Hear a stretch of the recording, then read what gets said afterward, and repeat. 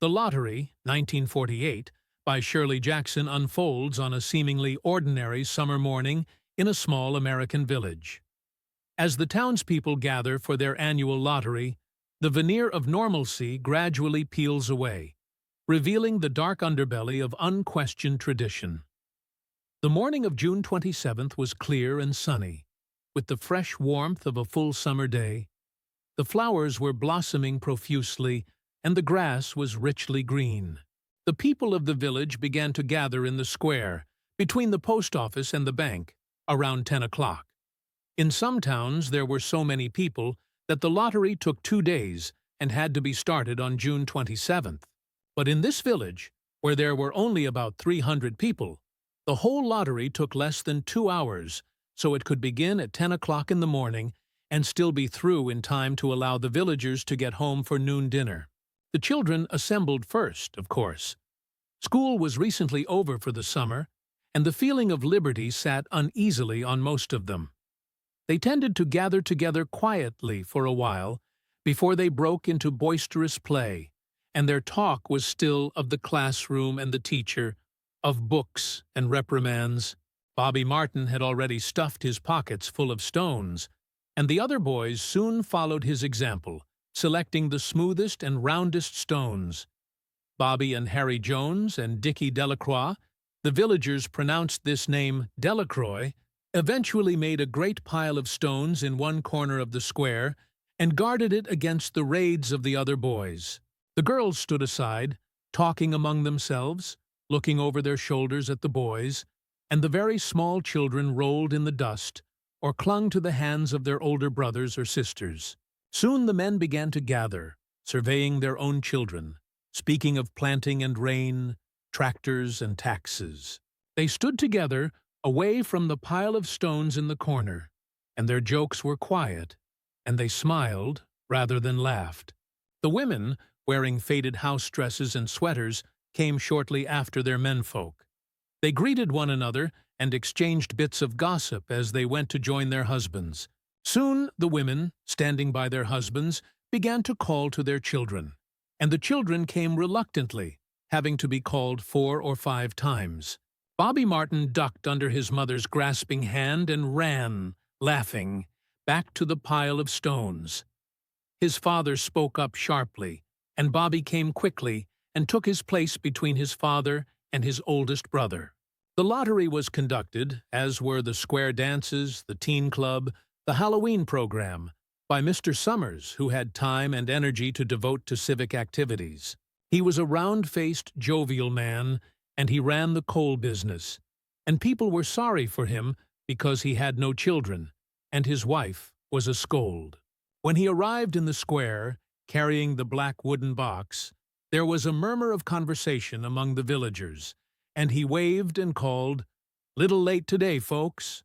The postmaster, Mr. Graves, followed him, carrying a 3-legged stool, and the stool was put in the center of the square, and Mr. Summers set the black box down on it.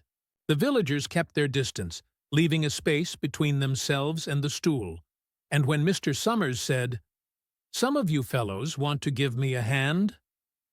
There was a hesitation before 2 men. Mr. Martin and his oldest son, Baxter, came forward to hold the box steady on the stool while Mr. Summers stirred up the papers inside it. The original paraphernalia for the lottery had been lost long ago, and the black box now resting on the stool had been put into use even before Old Man Warner, the oldest man in town, was born. Mr. Summers spoke frequently to the villagers about making a new box, but no one liked to upset even as much tradition as was represented by the black box. There was a story that the present box had been made with some pieces of the box that had preceded it, the one that had been constructed when the first people settled down to make a village here. Every year, after the lottery, Mr. Summers began talking again about a new box, but every year the subject was allowed to fade off without anything's being done.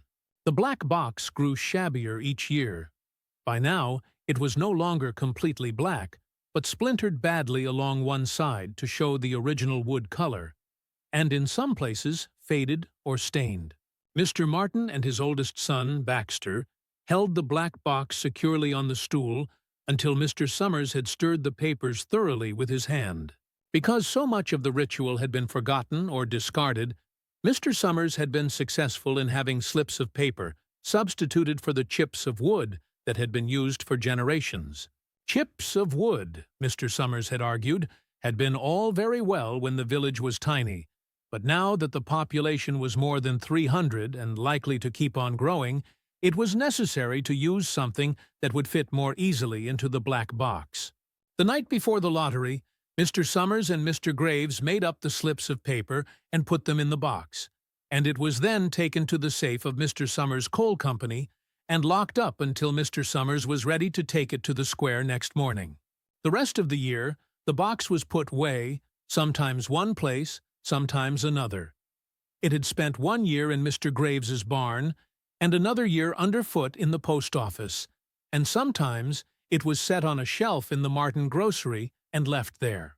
There was a great deal of fussing to be done before Mr. Summers declared the lottery open. There were the lists to make up, of heads of families, heads of households in each family, members of each household in each family. There was the proper swearing in of Mr. Summers by the postmaster, as the official of the lottery. At one time, some people remembered, there had been a recital of some sort, performed by the official of the lottery, a perfunctory, tuneless chant that had been rattled off duly each year.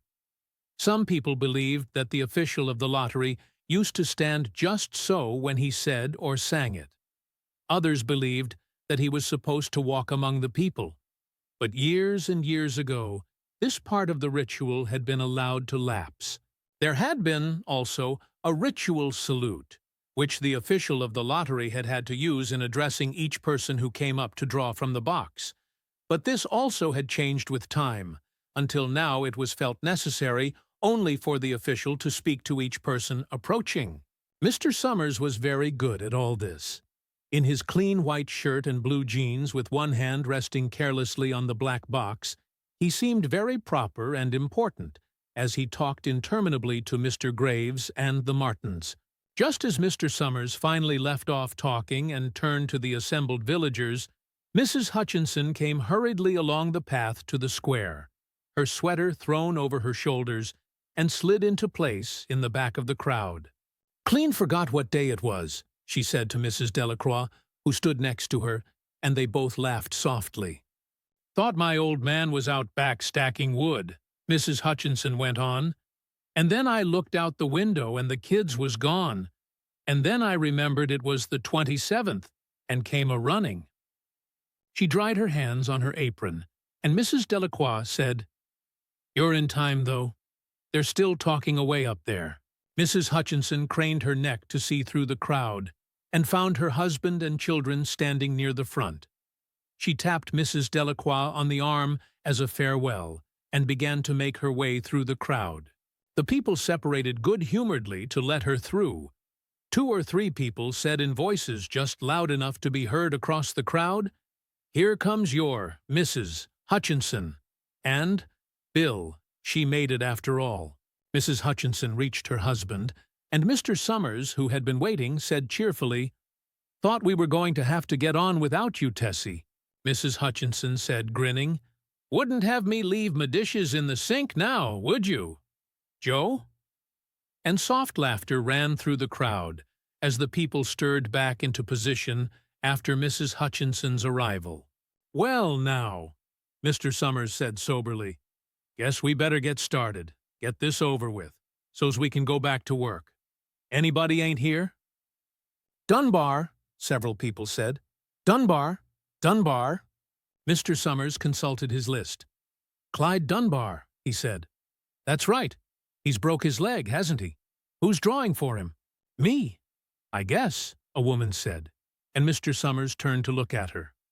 "Wife draws for her husband," Mr. Summers said. "Don't you have a grown boy to do it for you, Janie?" Although Mr. Summers and everyone else in the village knew the answer perfectly well, it was the business of the official of the lottery to ask such questions formally. Mr. Summers waited with an expression of polite interest, while Mrs. Dunbar answered, "Horace is not but 16 vet. Mrs. Dunbar said regretfully. Guess I gotta fill in for the old man this year.